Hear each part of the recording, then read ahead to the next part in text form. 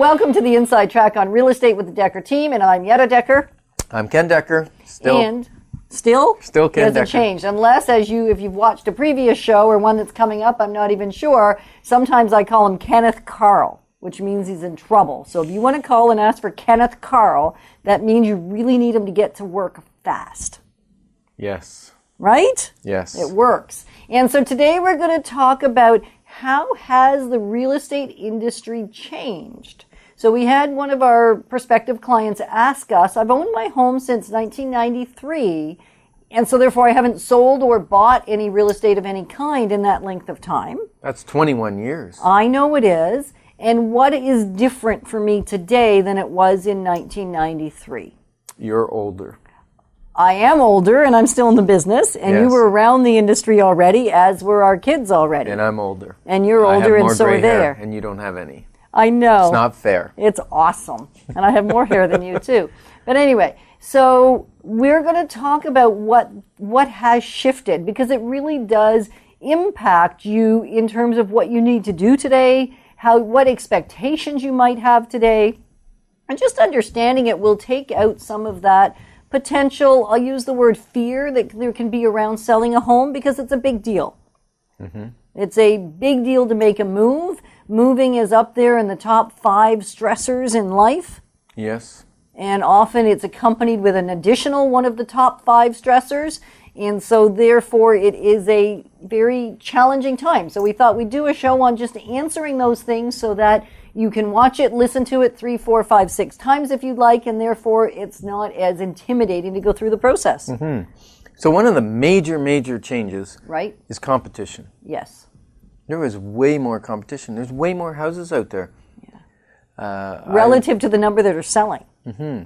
Right? In 1993 there was not a ton of inventory, as much as there is now. It was close, but not as much. Right. And we went through the 90s where we actually had a bit of a shifting market. So there were some things in that market that are actually similar to today's market. Mm-hmm.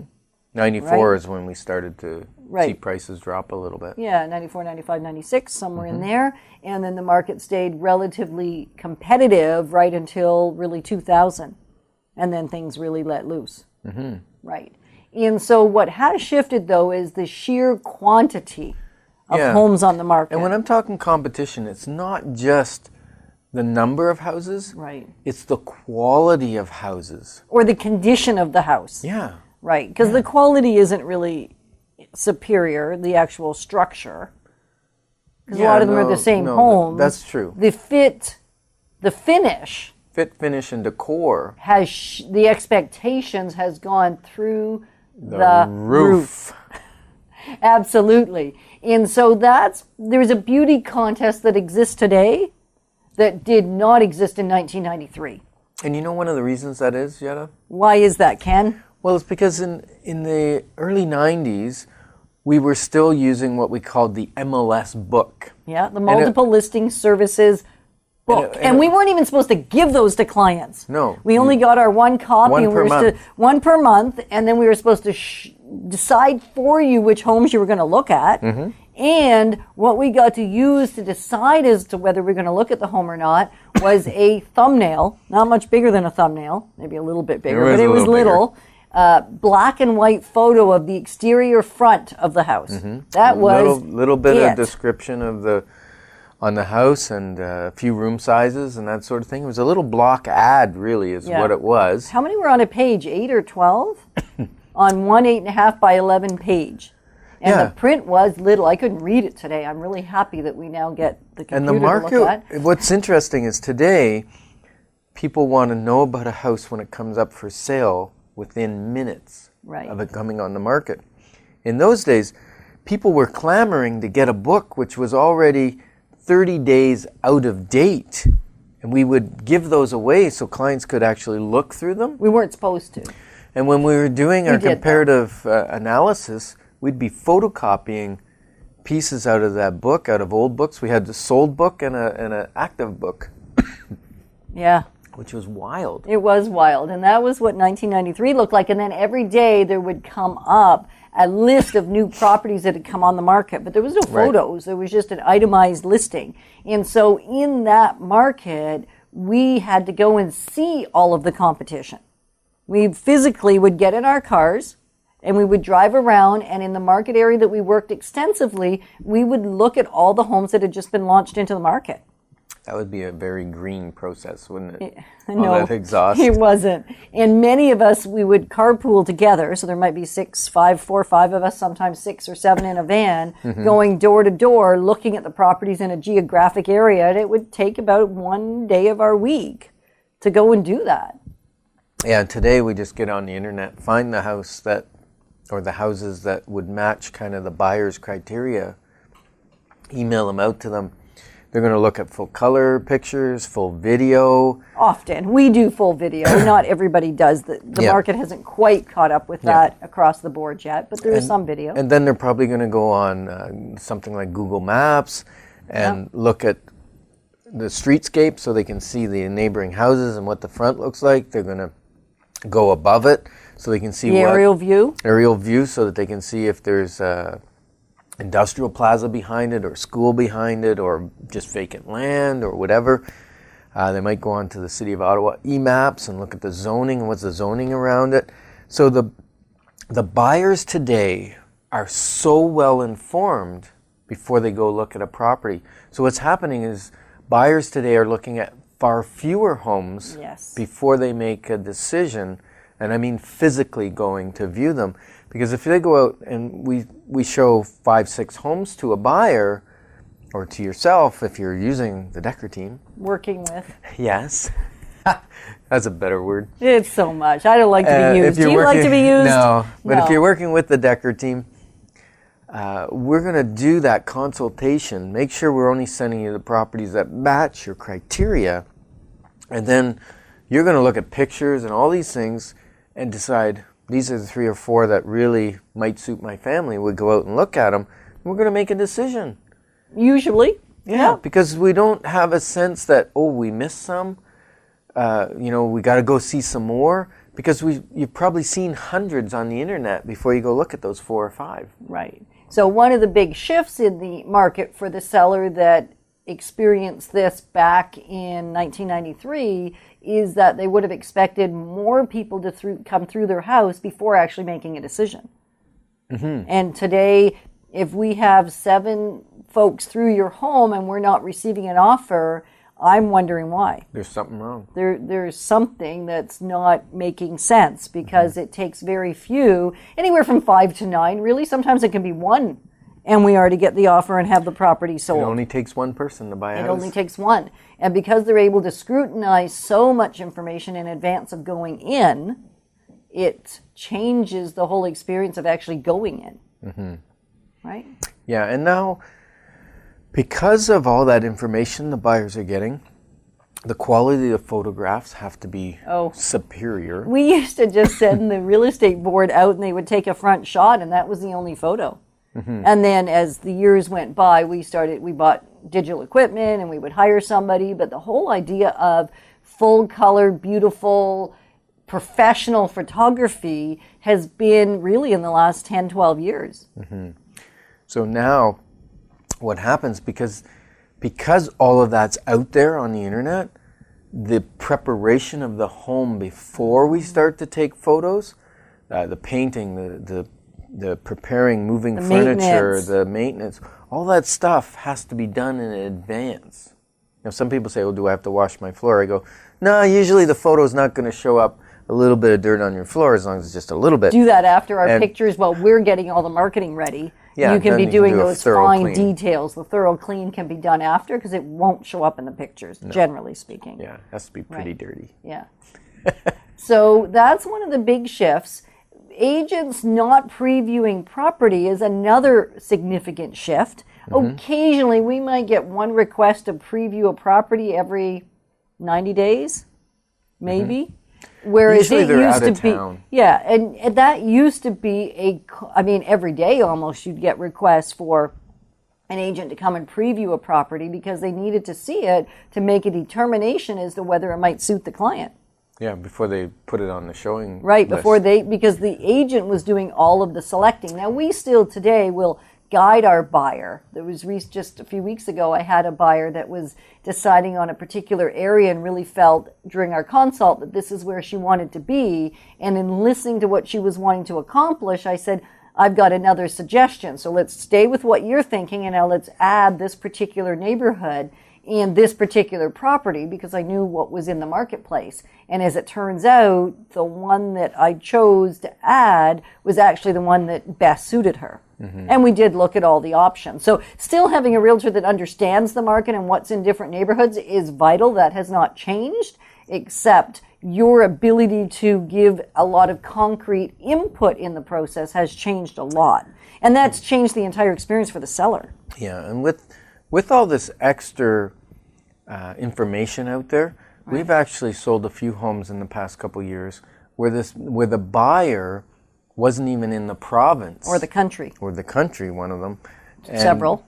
And we went and previewed the house and said, yes, it's a good house. And they put the offer in and bought the house. Yeah. Kind of sight unseen, although they had seen it. Right. And with the virtual tours and things, you can almost get a feel of the floor plan, the flow of the house, quality. They just need us to be physically there to make sure there isn't. Right. So in those cases, we do go and preview the property. That would be a scenario where we'd go physically on site with our video camera, get permission to actually do some more photography so that you can link all the pictures and the video so that you can actually see the floor plan and the flow. And we would take pictures of deficiencies, things that we thought they may not like, because we'll have had a good sense of what they're actually looking for, so that you can make a good decision. Well, that did not happen a whole lot in the 90s. No. The other thing is, I think the availability for showings has really the expectation that people can see homes quickly. We're in kind of a microwave society where people don't want to wait for anything. And so they want to call a realtor and say, hey, can I see the house in an hour or two? Now, most of the showings are still happening the next day, and yet buyers are more anxious when they find a property because they've been looking on the internet. They're more poised, ready to make a decision. Right. And when they see something that they want to see it now because they don't want to lose it. Right. So urgency of letting people into the home has definitely changed from what the seller's experience would have been like in the early 90s. Absolutely. And then the other big thing is the condition. We talked a little bit about the condition, and yet we are now in an extensive beauty contest. Yeah. And that was not the case in the 90s. I mean, we made our homes clean and we made sure the maintenance was handled, but we really did not have to appeal to the aesthetics to the same degree that is expected today. And I think what happened was that whole industry, the staging industry, where they came out and they helped you declutter and move things around and pack things up and repaint and make things more modern or aesthetically pleasing. Just less of a personalized perspective. Because really, when your house goes on the market, it is no longer your home. It really, ideally, you want to allow it to become a house. So what was happening, this really took kind of in the 2000s, started to take off. And what happened was houses that were prepared properly were selling faster and for more money than other houses.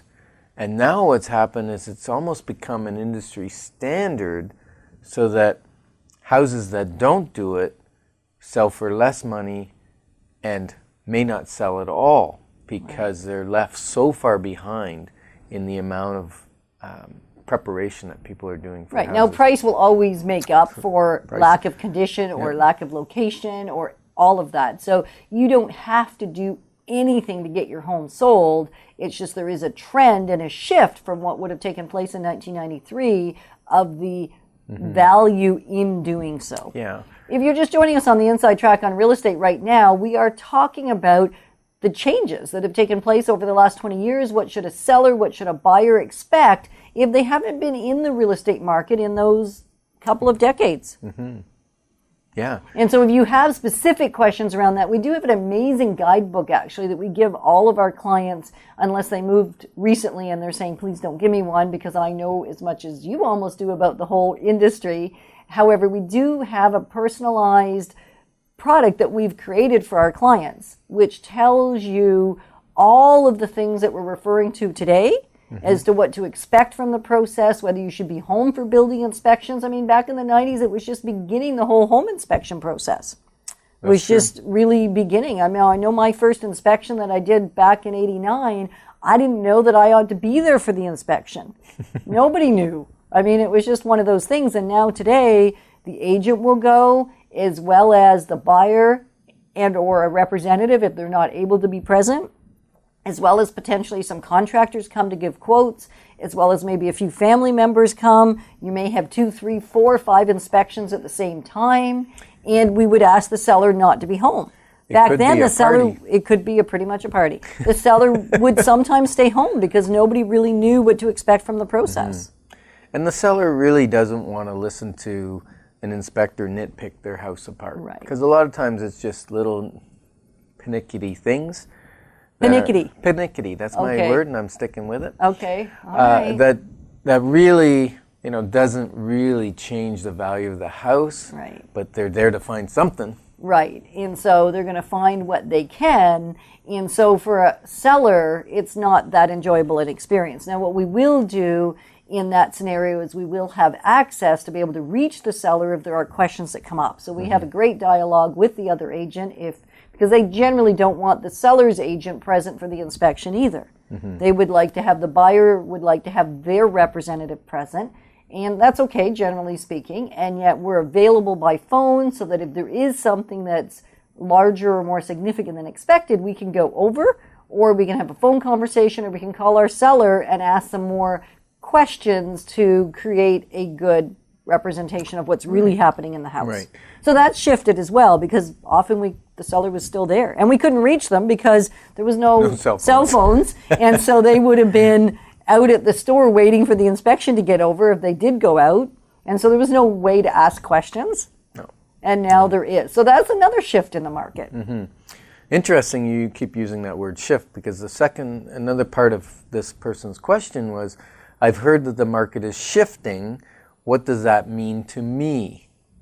Right. And really, yes, it's shifting. It's moving more towards a buyer's market. In some neighborhoods. And we need to verify that, give you the evaluation based on your market, your hyper-local market, and the condition of your home and what you're willing to do to it. And all these things play a factor in the final price that we recommend to go to market on. Right. Yeah, and now in a shifting market, it's interesting because a lot of times, well, most of the time, we put houses on, we're leading the market. So if the market generally is going up, and the last house, let's say, sold at $400,000. That's similar or relevant. I mean, they're never completely similar or exactly the same, but something that's relevant in determining market value. And depending on how fast the market's going up, we may set the price at 405, 510. Or sorry, 410, 420 even.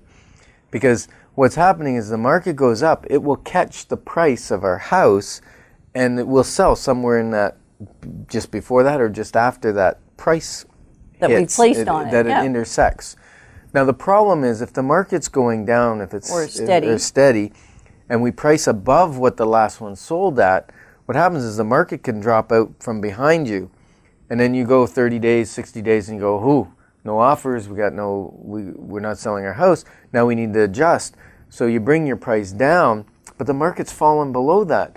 And then you go another 30, 60 days, and then you bring your price down, the market's fallen again. What happens is you're chasing the market down rather than leading the market. So if the market in your particular area is going down in value, we need to be slightly below the last sale of a relevant property. Right. So that we're leading the market, and we'll sell it relatively quickly. And we might even get the same value or more if we can drum up a couple offers because it's perceived as great value. Right, and the whole idea of building in room to negotiate, that's another shift that's taken place in the last 20 odd years. If you have a great property, because there's so much competition, you don't actually have to build in negotiating room. If it's received well in the marketplace, our average... It will hurt you, actually, if you put in negotiating room. Right.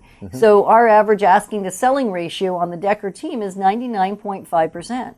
Right. And so really, if we're asking a certain amount of money, we're expecting to get that amount of money. In the cases where that's not the case, it's because the market simply isn't where you believed or we believed the market was going or was. So the days in the 93 where maybe we put in $10,000 or $20,000 in negotiating room, those days are gone, because if you do that, you're just going to cause the other properties that are priced where they need to be priced. Right. They're going to go and put offers on those houses as opposed to your house. So you got to price right on. Because if you've priced right on and the home is really worth more, we'll get more.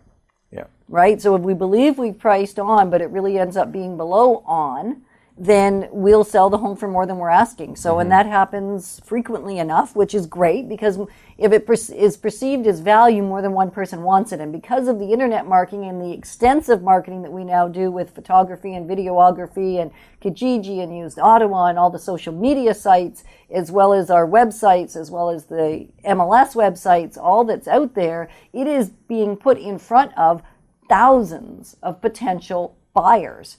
Whereas back in the 90s, it was getting in the front of a handful of buyers, not in front of thousands of buyers. Yeah, so we did more print ads, yes, and they had very low shelf life. Whereas when you run on a website, it stays there till the house is sold. Right. But the difficulty is there's so much information on the web, so we got to be on multiple websites. So there's a higher likelihood that someone looking for a house in the Ottawa area will stumble across. Well, across. They will find our property because it's been positioned so they can find it everywhere. Exactly. They're going to stumble over it because we put it right at their feet. Exactly. So they can't miss it. That's perfect. And the other big shift in the industry, which we cannot forget about, but because it's been in existence since 1995, I think sometimes we as realtors just think it's the way it's always been. And that's the whole concept of real estate agency.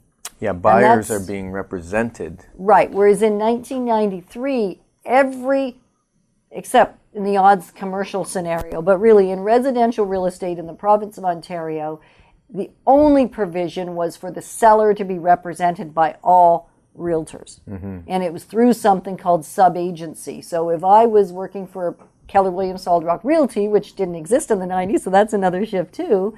However, if I was working for that company and someone from a different company wanted to bring us an offer, that realtor that was not affiliated with our company still became a sub-agent of the seller. Mm-hmm. That could still happen today. It's just a much rarer situation. Yeah. Occasionally, we have done it sometimes. It can happen. However, it's a rarer situation that all the realtors involved in a transaction are working for the seller. Right. There is something called multiple representation, which again would mean that we're working for both parties and would need to mediate the transaction. So there has been some shifts in how the whole thing gets put together. Mm-hmm. Absolutely. And then for a buyer now, they have the ability to actually be represented. Mm-hmm. And that did not exist in 1993. Mm-hmm. So the person that asked me this question, it also changes not only their selling experience, it changes the buying experience. Yeah, because there's confidentialities. It changes how the buyers are coming in. They're, again, more informed. They're represented by a professional in the industry typically. And so it changes the way you handle things. Also, they asked, if I price my house at $500,000, I guess they think it's worth $500,000. Yep. If we get no offers, and doesn't say a time frame, what should I do? Right. What should they do, Ken? Well, if you're not getting any offers, first of all, you got to look at the time frame. If it's the first week, I'd go, okay, don't panic. Right. If we start getting into 2-3 weeks and no showings, now we got an issue, because either the preparation of the home didn't work, or the marketing's not working, or more typically it's the price is the wrong price, because they're comparing online and then deciding, oh, I got much better houses in the $500,000 range. I'm not going to see that house. So that means we're in the wrong price. And usually if they're not coming to see it, we're in the wrong price by a fair bit. Right. And then if we get showings, we get 5, 6, 7 showings and no offers, it's saying we're in the wrong price by less. Right. Because they're still willing to come out. We're just not getting the offers. But we're not getting the offers, which means they're not seeing the value compared to the other properties that they're seeing, because there's houses sell every day. Now, I've had this comment. If I bring my house down in price, so let's say we put it on, you put your house on at $500,000, and we say, well, that's not working. We need to go to, say, 475 or 450 or whatever. They say, well, I'm losing $25,000 or I'm losing $50,000. Well, actually, you're not losing it. You never had it because the market said it wasn't worth 500. We tested that. We tried it. We promoted it. No buyers were willing to buy it 500,000. So it was never worth that. Right. So you can't lose what you never had. Correct. Great point, Ken. Yeah. So if you're joining us on the real estate show that we love doing every week for you, today we're going to talk about an amazing opportunity. It's actually located in the village of Manotick, and it is a bungalow that looks much larger, or it is much larger on the inside than it looks like on the outside. It looks like this cute little bungalow, and yet you get inside and it's got a beautiful brand new kitchen, which was only put in 2014, custom, lovely, with a spacious eating area, a formal dining room, an oversized great room with a brick fireplace, a little sunroom, 3, I'd say they're all oversized bedrooms, and 2 bathrooms on the main level, and then the entire lower level is also finished. It's big. Laundry's on the main level too, is it not? Yeah. Yeah. So double car garage, and it's located in Manotick. And the beautiful thing with this house is it's only $625,000, and we have an opportunity for you to go to an open house on November 16th. It is the only open house we're going to be facilitating, I think, because a lot of times sellers would prefer that serious buyers book appointments, but we've decided that we would introduce it to realtors as well as buyers on this special Sunday, November 16th, from 2 to 4 p.m. And Candace St. Louis Dekker will be there, or I guess Dekker St. Louis, I guess is how I should say it, will be there to connect with you if you have questions about that property or any property for that matter. And the great thing about this house is it actually grows with you, because this particular family that's been living there since the early 90s actually loved it when they had little kids. Because there was lots of space for them to play independently downstairs. They could still be in the different rooms, and as the kids got into their teen years, they could shut the doors and the parents could go to bed and the kids could still be hanging out in the dining room for argument's sake, and the noise didn't travel, even though it was just down the hall. And so it fit them then, and now that the parents are getting a little bit older, it has actually really suited them well. So if people want to come to the open house on November 16th, 2 to 4, they should call our office and get the address? They should. Yeah, 613-860-4663. Give us a call and get the address of that lovely bungalow in Manotick. That will grow with you. The growing bungalow. Exactly. Interesting. Nice, Yetta. And so give us a call, like I said, 613-860-4663. We would love to serve you. And don't we have a great lot that we want to chat about briefly? We do, and we'll have to talk about it next week. All right. Thanks for joining us on the Inside Track on Real Estate.